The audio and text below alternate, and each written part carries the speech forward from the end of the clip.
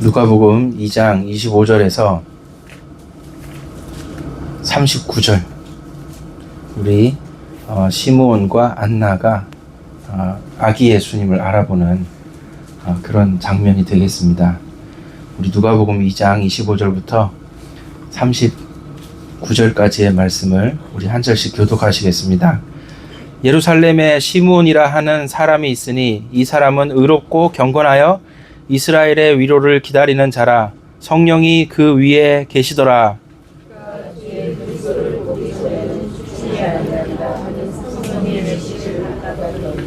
성령의 감동으로 성전에 들어가매 마침 부모가 율법의 관례대로 행하고자 하여 그 아기 예수를 데리고 오는지라. 주제여, 이제는 말씀하신 대로 종을 평안히 놓아주시는도다. 이는 만민 앞에 예비하신 것이요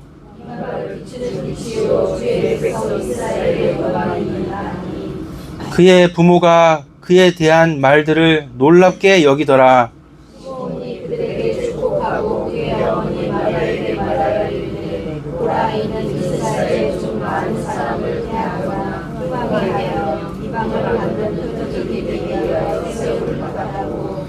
또 칼이 내 마음을 찌르듯 하리니 이는 여러 사람의 마음의 생각을 드러내려 함이니라 하더라.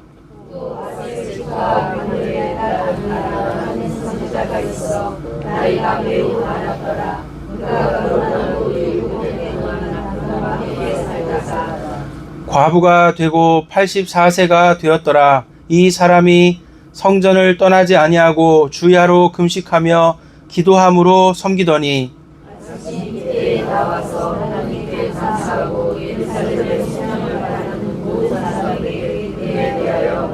같이 읽겠습니다. 주의 율법을 따라 모든 일을 마치고 갈릴리로 돌아가 본 동네 나사렛에 이르니라. 아멘.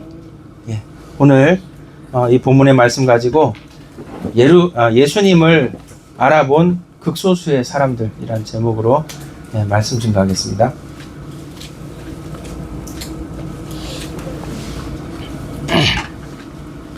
네, 예수님을 알아본 극소수의 사람들.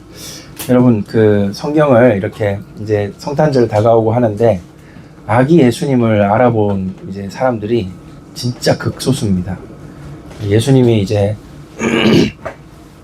세례 요한에게 세례를 받고 광야에서 40일 시험 받으신 이후에 본격적인 공생의 사역을 시작하실 때 그때 알아보고 주님을 따르는 자들이 많았죠. 그때 많았어요. 하지만 아기 예수님일 때 예수님 알아본 사람은 많다 적다? 적었다. 아주 극소수다 이거죠. 여러분, 그 미리 알아본다는 건요, 이건 정말 굉장한 겁니다. 만약에 여러분이 세상의 그 경제의 흐름을 내가 한 달만 미리 안다. 그래도 여러분은 대단한 사람들입니다. 뭐 미리 알아가지고 뭐 주가가 어떻고 뭐 어떤 회사가 어떻고 앞으로 경제가 이렇게 흘러갈 거고 이러니까 여기 이렇게 전략적으로 이렇게 경제적으로 뭐 투자를 한 해 만에 이렇게 만약에 한 달만 미리 세상의 경제 흐름을 안다. 굉장한 거죠. 그렇게 미리 아는 그 굉장한 지혜입니다. 근데 하물며 예수님을 미리 알아본다는 건요, 이건 보통 일이 아니거든요. 그래서 오늘 이제 예수님을 미리 알아본 극소수의 사람들에 대해서 짚어보고자 합니다. 그래서 여러분 오늘 말씀 잘 따라오셔야 되고, 오늘 말씀의 이제 결론이 여러분에게 굉장히 중요해요. 그래서 한번 같이 살펴보겠습니다. 첫 번째는요, 우리 마태복음 2장을 먼저 찾아보셔야 돼요. 우리 다 같이 마태복음의 2장을 찾아보겠습니다. 여기 보시면은 이 동방 박사들이 나옵니다.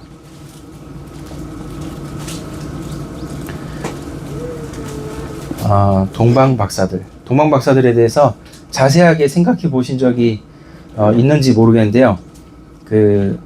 오늘 좀 말씀드릴게요. 동방 박사들이 정말 어떤 사람들인가 자세하게 좀 말씀드릴게요.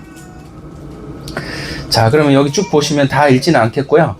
여기 보니까 2장 1절 헤롯 왕 때에 예수께서 유대 베들레헴에 나심에 동방으로부터 박사들이 예루살렘에 이르러 말하되 유대인의 왕으로 나신 이가 여기 계시냐? 우리가 동방에서 그의 별을 보고 그에게 경배하러 왔노라. 자, 동방이 어디냐면요. 잘 들으세요. 동방이 그 옛날 그 바벨론 있죠. 바벨론 때에 누가 총리였냐면 다니엘이라고 아실 거예요. 다니엘이 총리였습니다. 그는 하나를 이제 깨달으면 10개를 더 깨닫고 그 바벨론에 있는 책을 다 깨달아 알더라는 거예요. 그 지혜를 누가 주셨습니까? 하나님이 주셨죠. 그래서 거기 박사와 술객과 뭐 석사 박사들 그들이 아는 것보다 10배나 뛰어난 지혜를 다니엘이 가졌다. 그래서 다니엘이 총리가 됐죠. 총리가 됐는데 다니엘은 학문을 다 능하게 아는 거예요. 그렇게 했는데 이제 다니엘이 그 여기 보시면은 이제 다니엘 2장 48절에 보시면 다니엘이 바벨론의 모든 박사의 리더가 됩니다. 모든 박사들의 우두머리가 돼요. 그러니까 다니엘이 바벨론의 모든 박사들을 가르치는 거예요. 이건 이렇고 저건 저런 거야 하고 완전히 이 바벨론의 그 당시 최강대국 바벨론인데 거기서 가장 앞선 자가 다니엘이었고 다니엘 밑으로 연구팀이 막 그 학술 그 단체가 막 열리고 이런다고 보시면 돼요. 그런 이제 그런 일이 펼쳐졌고 자, 그 뒤로요. 다니엘은 이제 주님 품에 안기고 그 뒤로 600년이 지난 거예요. 다니엘 이후에 예수님 오실 때까지 600년이 지났는데 600년 지날 때 바벨론은 망하고 페르시아가 흥했어요. 그리고 이쪽에 이제 이스라엘 땅에 이런 데는 이제 헬라가 지나고 로마가 다스립니다. 근데도 저 동방에는요, 그러니까 메소포타미아 유역이에요. 동방에는 페르시아가 지배하는데 그 페르시아의 그 박사들이 바로 이 동방 박사들인 거예요. 우리는 흔히 이제 박사 3명이 와서 황금과 유향과 몰약 이렇게 박사 3사람만 온 줄 알죠? 아닙니다. 박사가 그 대충 추정해 볼 때 적어도 낙타를 몰고 그 연구팀을 꾸려서 박사가 적어도 한 20명 정도. 그 다음에 여러 이제 스태프들이 같이 오는 거죠. 그래서 많게는 약 50명 정도 온 것으로 추정이 돼요. 그리고요, 메소포타미아 유역에서 이 박사 팀이 올 때 무슨 돈으로 옵니까? 나라 돈으로 오는 거예요. 나라 돈으로. 이 사람들 다 나라의 노급을 먹는 사람들이잖아요. 그러니까 연구비 타고 이 사람들 별을 연구하는 사람들인데 단순히 그냥 점성술 하는 사람들이 아니에요. 별을 연구한다는 건 그 당시 어떤 의미가 있냐면 국가의 미래를 연구하는 사람들이에요. 그래서 미래학자들이에요. 미래학자. 뭐 단순히 그냥 점 보는 사람들이 아니다 이거죠. 하늘의 별을 면밀히 관찰하고 별을 연구하는 사람들이다 보니까 별의 움직임에 이제 왕의 탄생을 알리는 별이 하나 있어요. 뭐냐면 목성입니다. 목성. 왕의 탄생을 알리는 별이 목성이에요. 근데 목성이 있고 그 다음에 토성이 중요하고 이렇게 되는데 목성과 토성이 이렇게 떠서 이게 그 하여튼 뭐 몇백 년 만에 한 번씩 그 목성이 토성을 앞질러 갔다가 뒤로 갔다가 이렇게 이제 별자리가 보일 때가 있어요. 그게 이제 바로 예수님 탄생할 때 BC 6년에 이런 일이 생긴 거죠. 그래서 이 희귀한 정말 귀한 이 현상을 드디어 목격한 이 동방의 박사들, 이 연구팀들이 야 이거는 보통 일이 아니다. 분명히 왕이 나시는 일이다. 근데 600년 전에 다니엘이 가르치고 말했던 그 내용이 뭐가 있냐면 민수기 24장 17절에 있어요. 다니엘은 예레미야서를 읽고 깨닫고 막 이렇게 했거든요. 그래서 민수기 24장 17절에 보니까 한 별이 야곱에게서 나오며 한 규가 이스라엘에게서 일어나리라. 그러니까 다니엘은 이걸 알기 때문에 이걸 이제 가르쳤는데 그 600년이 지나도 이 동방의 박사들은 다니엘이 가르친 내용들을 구전으로 알고 있는 거예요. 그래서 분명히 한 별이 야곱에서 나오는데 이 왕의 별이 이 야곱의 그 이스라엘과 관계가 있다 이거는. 그리고 그 페르시아 이 왕에 보고해가지고 나랏돈 타가지고 연구비 타가지고 출발해서 지금 예루살렘에 온 거예요. 근데 예루살렘 온 것도 그냥 온 게 아니라 6개월 전에 출발해서 올 수 있어요. 그냥 올 수 있는 게 아니에요.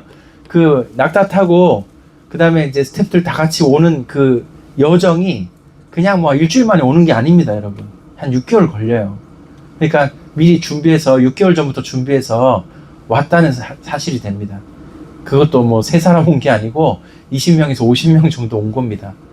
그건 대단한 거죠. 사실은 페르시아에서 왔으면 당연히 이 나라가 국가적인 의례로 맞이를 해야 되는, 그러니까 누가 맞이합니까? 헤롯 왕이 이 동방의 박사들을 맞이하는 거예요.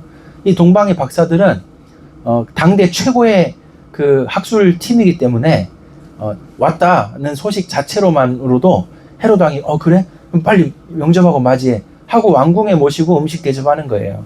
그래서 이 왕궁에 들어갔다, 이렇게 되는 겁니다. 자, 그러면 보세요. 동방의 박사들은 사실은 신앙이 있는 사람들이 아니에요. 근데 이 동방의 박사들이 신앙이 있는 사람이 아닌데도 불구하고 예수님이 왕으로 오실 거를 알아챕니다. 그리고 6개월 전부터 준비해서 연구비 타가지고 왔다는 거예요. 자, 지금 그 예수님이 아기 예수님으로 오시는 걸 알아본 사람들이 딱 네 부류예요. 그 첫 번째가 동방의 박사들이고, 두 번째가 이스라엘의 목자들이에요. 세 번째가 그 시므온 할아버지고요. 네 번째가 안나 할머니예요. 딱 이 사람 네 부류밖에 없어요. 아기 예수님 알아본 사람 이거밖에 없다고요. 근데 지금 동방의 박사를 보시면 어떤 사람들입니까? 이 동방의 박사들은요, 그냥 예수님을 기다리던 사람들이 아니라 그냥 연구하는 사람들이, 그리고 이방인이에요. 이걸 일단 기억을 해보세요. 이방인인데 이 사람들이 예수님 오실 걸 알았다는 거예요. 그리고 너무나 놀랍게도 막대한 자금을 들여서 준비해서 예루살렘으로 왔다는 게 중요합니다. 즉, 이 사람들은 이거 옛날에 다니엘이 알려줬던 구전을 통해서 우리가 알고 있던 그 유대 땅에 오실 왕을 예표하는 것이 아닌가, 우리 가봐야 되겠다. 그냥 그 정도, 이건 실제로 실천해서 왔잖아요. 여러분, 그냥 600년 전에 얘기 듣고 알고 그런가? 이러고 넘어가는 거랑 그 예산을 들여서 찾아오는 거랑 다르잖아요. 여러분, 해외 한번 나가보실 때 돈 좀 듭니까? 돈 많이 든다고요. 이렇게 해서 엄청난 경비를 써서 왔으니 이거는 그냥 아는 게 아니고 행동하는 학자들이에요. 이 사람들은 그냥 누가 유대 왕이 오시나 이걸 아는 게 아니고 행동하는 거예요. 왜? 그 왕을 보러 온다는 거예요. 그리고 놀라운 건 뭡니까? 그 왕을 만날 걸 예상해서 선물 준비해 오잖아요. 황금과 유향과 몰약을 준비해서 옵니다. 이거 못 만날 수도 있잖아요. 근데 만날 걸 예상해서 준비해서 왔다니까요. 이거 대단한 일입니다. 여러분, 일단은 기억해 보세요. 왜 극소수의 사람만 예수님 오신 걸 아는데 하필 동방의 박사들이 알았을까? 그 의미는 뭘까? 잘 생각하셔야 됩니다. 첫 번째로는 이 사람들은 그냥 학자예요. 두 번째, 이방인들이에요. 그리고 이 사람들은 예수님 기다렸던 사람들이 아닙니다. 근데 학술적으로 뛰어난 사람들이에요. 그런데 뛰어나고 미래를 예측하기 위해 별을 그렇게 뛰어나게 연구하는 사람들인데, 이 사람들에게 이 다니엘이 가르쳐 준 그 전승의 이야기를 알고 별자리를 보다가 온 거예요. 그럼 이제 여기까지만 일단 설명할게요. 첫 번째, 예수님을 알아본 극소수의 사람들 첫 번째 부류가 동방의 박사들이었다.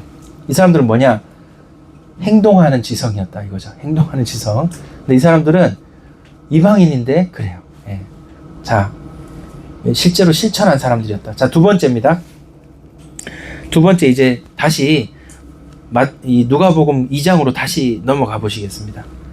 여러분이 이 극소수의 사람들에 대해서 한번 같이 생각해 보시면요, 좀 많은 걸 좀 오늘 얻고 가시게 될 겁니다. 자, 누가복음 2장에 8절입니다. 8절. 여기 보면 이제 목동들이 나옵니다. 이스라엘의 목자들. 예, 누가복음 2장에 8절에 보니까 같이 누가복음 2장 8절, 9절, 2절 같이 읽겠습니다. 시작. 그 지역의 목자들이 밤에 밖에서 자기 양 떼를 지키더니 주의 사자가 곁에 서고 주의 영광이 그들을 두루 비춤에 크게 무서워하는지라. 자, 지금 이스라엘의 목자들, 이게 무슨 의미인지 아셔야 돼요. 이게 뭐냐면 밤에 지키는 목자들이라 그랬죠. 한마디로 그 최하급의 사람들이에요. 그러니까 뭐 세상에 직업도 많고 할 일도 많고 세상은 넓은데 뭐 서기관도 있고 제사장도 있고 뭐 상인도 있고 목동들도 많아요. 그 축산업 하는 사람 많다고요. 근데 이 밤에 양을 돌보고 있는 양들도 밤에 다 자고 있어요. 근데 양들을 돌보는 사람, 이런 사람들은 연구해 보니까 어떤 사람이냐면 그 가장 좀 밑바닥을 사는 인생들이에요. 월급도 적고요. 그 다음에 낮에 이 양을 돌보는 사람, 그래도 급이 높은 목자들이에요. 근데 밤에 순번 맡아서 야간 근무 서는 이 목자들은요, 그 급으로도 밀려. 그래가지고 밤에 서는 거예요. 그러니까 어떤 사람, 가난한 사람들이에요. 그 다음에 삶의 배경도 없고, 약간 삶의 소망이 별로 없는 거예요. 야, 이렇게 살아가지고, 야, 참 내 미래가 있나? 나는 뭐 결혼이나 할 수 있겠나? 나는 뭐 가정을 이렇게 먹여 살릴 수 있겠나? 이래가지고. 근데 뭐 대책이 없어. 그냥 밤에 그리고 또 보통은 밤에 그 우리의 양을 다 집어넣고 그 목자들도 다 쉬고 자지. 근데 밤새도록 양을 돌보는 목자들은 뭐냐면 하나님께 제사 드릴 때 쓰는 흠없는 양을 지키기 위해서 하는 거예요. 그래서 하나님께 제사의 제물로 바치고자 하는 양들을 선별해서 모아놓고 그 양은 24시 돌봐요. 그러니까 야간에 이렇게 양을 돌보는 정도면 많이 빡센 직업이고 또 이렇게 좀 없는 사람들이 하는 그런 직업이다 라는 사실이죠. 근데 보세요. 그러니까 마음이 가난하고 돈도 없고 실제로 가난한 이런 사람들에게 배경도 없고 또 삶의 소망도 별로 없는 그런 현실에 좀 이렇게 절여져서 힘들게 살아가는 이 사람들에게 갑자기 주의 사자가, 주의 천사들이 나타나 이 목자들에게 나타나서 알려줍니다. 지금 천사들이 뭐라고 합니까? 무서워하지 말라. 지금 내가 좋은 소식을 너에게 전하는데 오늘날 다윗의 동네에 너희를 위하여 구주가 나시는데 곧 그리스도 주신데 그가 강보에 쌓여 구유에 뉘어 있다. 그 아기를 봐라. 이렇게 알려주는 거예요. 자, 보세요. 목자들이 스스로 알았어요? 천사가 알려줬어요? 천사가 알려줬죠. 그 다음에 동방 박사들은 천사가 안 알려줬는데 연구해서 알았죠. 자, 이거 일단 이렇게 알아두세요. 이따가 다 설명 다시 드릴게요. 자, 다시. 이 목자들이 굉장히 중요해요. 인생 최하의 밑바닥에 이 사람들은 구한 것도 아니야. 하나님 저 성령으로 충만케 하셔서 알게 해주십시오. 구한 것도 아니에요. 동방의 박사들도 예수님을 구한 거 아닙니다. 이스라엘 목자들도 예수님 구한 거 아니에요. 근데 천사가 알려주고 학적으로 연구해서 알았어요. 일단 이 두 부류 지금 설명드렸어요. 자, 그래서 어떻게 됐냐면 그 목자들은 어떻게 됐습니까? 목자들은 15절, 2장 15절 보세요. 2장 15절, 누가복음 2장 15절 같이 읽겠습니다. 시작. 천사들이 떠나 하늘로 올라가니 목자가 서로 말하되 이제 베들레헴으로 가서 주께서 우리에게 알리신 바 이 이루어진 일을 보자 하고, 지금 양을 돌봐야 되는데 양을 다 제쳐두고 양 다 내버려 두고 이 목자들이 베들레헴으로 가보자는 거예요. 지금 이 양치는 이 자리에서 베들레헴까지 8km입니다. 8km. 약 8km 정도 거리예요. 그런데 걸어가려면 8km 가까운 거 아닌 거 아시죠? 8km 정도 가려면 빨리 가도 1시간 반 정도? 빨리 걸어가도 1시간 반 걸려요. 근데 이 목자들이 우리 가보자. 이렇게 양을 버려두고 갑니다. 가서 그 구유에 누이신 아기 예수님 보는 거예요. 이 목자들이 가는 거예요. 인생의 사회적으로 최하위 계층이었던 이스라엘 목자들이 천사가 알려주는 바람에 지금 그 자리에 직접 찾아갑니다. 그 직접 찾아가는 것도 대단해요, 여러분. 천사가 알려줬다고 알려주는 건 알려주는 거고 지금 양 쳐야 되고 사정이 있으니까 안 가 이럴 수 있잖아요. 근데 그게 아니고 가는 거예요. 너무 순수한 마음으로 그 자리에 찾아갑니다. 여러분, 우리가 하나님 앞에 말씀을 받고 신앙생활 할 때는요, 이렇게 좀 단순해야 돼요, 여러분. 막 복잡하게, 뭐, 이건 이렇고, 내가 지금 삶이 뭐, 이것도 있고, 저것도 해야 되니까, 바쁘니까, 좀 뭐, 계산할 거 없어요. 그냥, 이 이스라엘 목자들은 사회적으로도 좀 제일 아래쪽에 있는 계층이다, 그래서 그런지 몰라도, 그냥 다 내버려 두고 바로 가는 거야.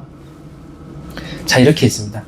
자, 그 다음에 뭐였냐면, 오늘 읽었던 이제 시므온과 안나가 있어요. 자, 오늘 본문을 보시면서 제가 설명드릴게요.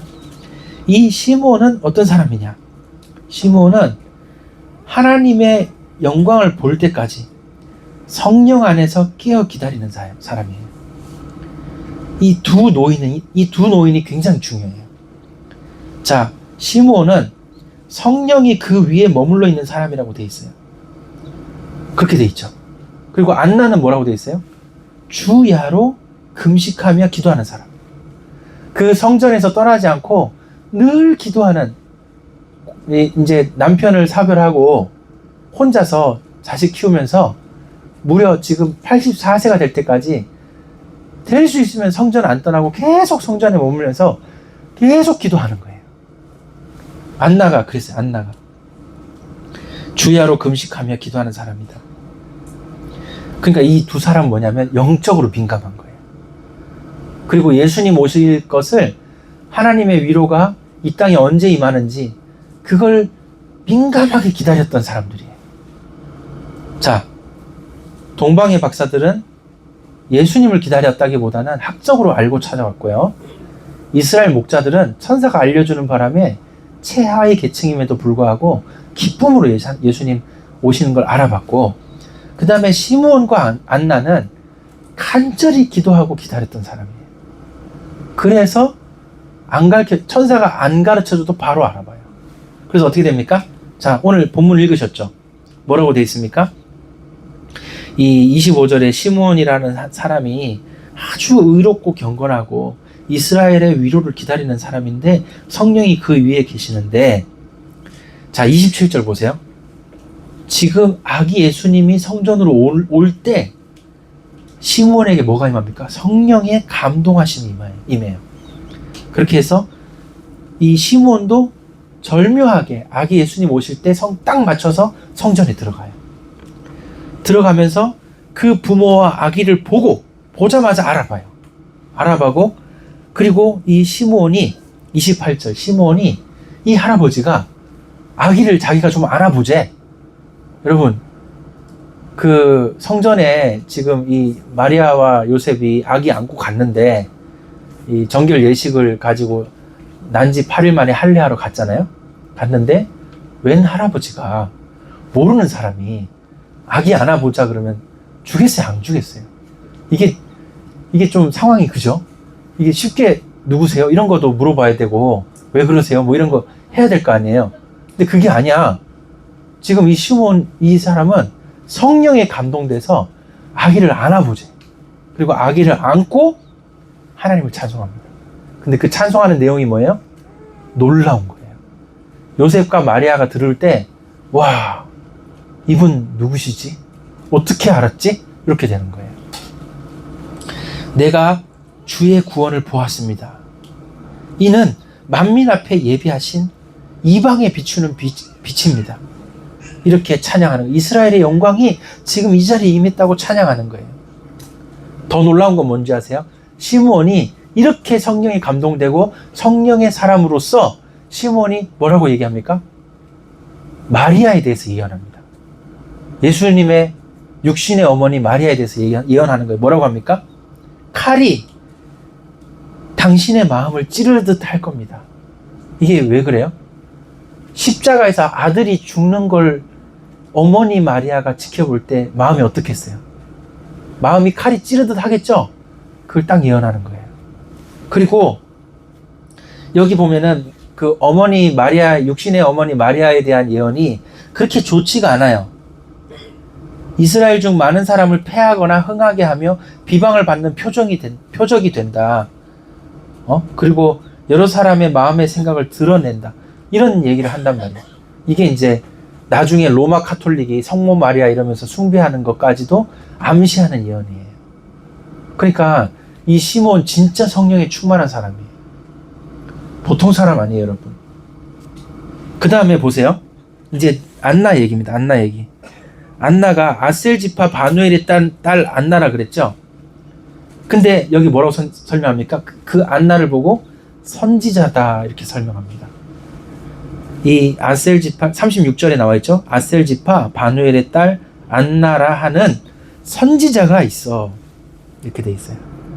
이 안나라는 할머니는 여선지자입니다. 굉장히 깨어 있는 거예요. 얼마나 기도로 사는지 몰라요. 자, 이렇게 해서 매우 나이가 많은데도요. 그런데 37절 나오죠.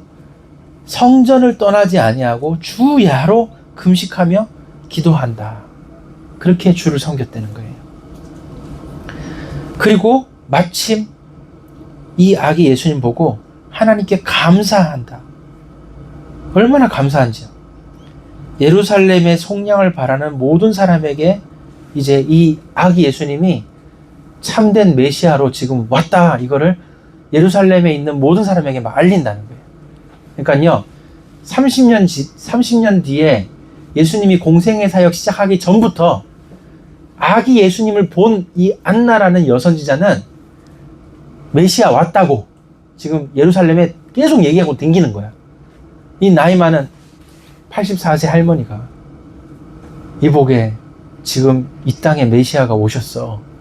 내가 봤어. 그 난지 8일 만에 할례 받으러 오는 걸 내가 봤어. 진짜 오셔. 그분이 메시아야. 이렇게 안나 선지자 얘기하는 거죠. 자, 여러분 지금 이제 설명 다 했습니다. 이 네 부류의 사람. 자, 잘 보세요. 첫 번째, 여러분 이제 넷 중에 하나로 사셔야 돼. 넷 중에 하나로 사시면 돼.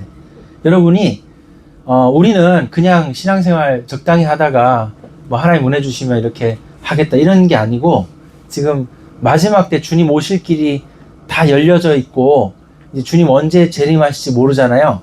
그런데 저와 여러분이 넷 중에 하나 하시는 거예요. 첫 번째, 행동하는 지성 하든지. 이제 정말 하나님 앞에 공부해서 이 시대의 때를 알든지요. 진짜 공부하든지, 뭐 카이스트 연구팀 뭐 이런 거 하든지, 이 시대의 때를 그렇게 아는 방법이 있어요. 그 다음에 두 번째, 하나님이 성령으로 감동하셔서 이스라엘 목자들이 순전하게 그 가난한 자리에 있는 이 사람들이 이 천사가 와서 알려줘서 알게 되는 경우가 있어요. 그냥 그렇게 강구한 것도 아니야. 이스라엘 목자들이 그렇게 알고 싶다고 막 예수님 언제 오시나요? 그렇게 기다렸던 것도 아니에요. 그런데 알려주신 거예요. 이 낮은 자리에 있는 사람들. 원래요, 하나님의 크고 놀라운 일은 뜻밖의 인물들이 알고 나섭니다. 우리 생각과 달라요. 하나님의 놀라운 일은요, 우리의 생각으로는 뭐 대단한 사람들이 해야 될 것 같죠? 아니에요. 그냥 별 볼 일 없고 힘 없는 사람들로 하십니다. 그래서 이 이스라엘 목자들이 그 대표적인 사람들이죠. 그 다음에 세 번째 부류가 안나와 시몬 같은 부류입니다. 평생에 예수님 바라보고 기다리고 기도하고 성령에 감동되고 이렇게 해서 주님의 놀라우신 일을 이제 드디어 깨닫고 알게 되는 거예요. 그렇게 기도하고 그렇게 말씀을 가까이 연구하고 이렇게 하는 거예요. 자, 그래서 여러분 오늘 이제 정리합니다. 오늘 말씀 간단해요. 여러분 예수님 2000년 전에 초림하실 때 알아본 극소수의 사람, 아기 예수님 때부터 알아본 사람들이 있었던 것처럼 이제 지금 이 시대에도 이 시대의 마지막에 될 일들을 성경은 이미 다 예언했지만 구체적으로는 다 몰라요. 우리가 다 알지는 못하죠. 하지만 마지막 때에 동방 박사들처럼 행동하는 지성으로 알든지 아니면 이 이스라엘 목자들처럼 정말 성령의 감동하심 때문에 그 천사들이 알려주든지 아니면 시므온과 이 안나처럼 성령의 감동하심으로 끝까지 기도하고 간구하다가 알든지 이 세 가지 방법 중에 하나다라는 사실입니다. 그래서 제가 이제 꼭 말씀드리고 싶은 게 뭐냐면 열심히 기도한다고 해서 다 모를 수도 있어요. 그건 하나님 뜻이에요. 그런데 그렇게 구하지도 않아도 딱 알게 되는 이스라엘 목자들 같은 사람들도 있어요. 제가 이번 주에 간증 들은 것 중에 하나가 러시아의 선교사님인데 대기업 다니는 그냥 평범한 직장인이에요.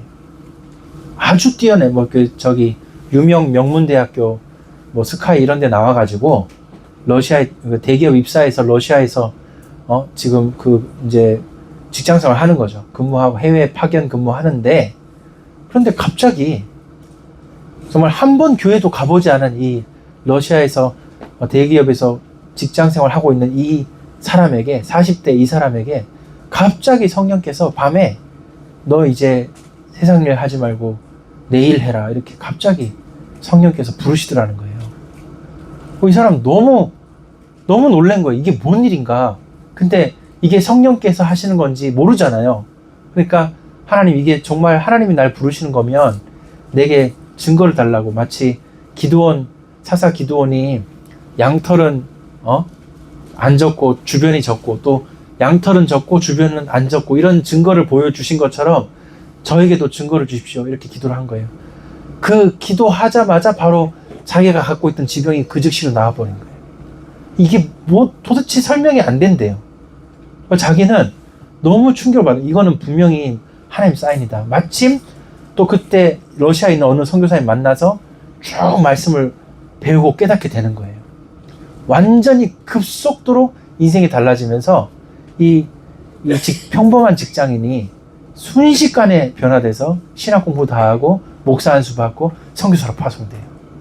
그 선교 일을 하는데 놀랍게도 성령을 따라 자꾸 문이 열리고 이런 일이 자꾸 생긴대요. 그렇게 선교를 한대요.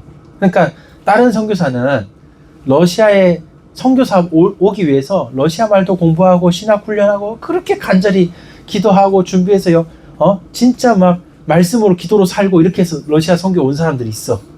근데 지금 제가 말씀드린 선교사는 그게 아니야.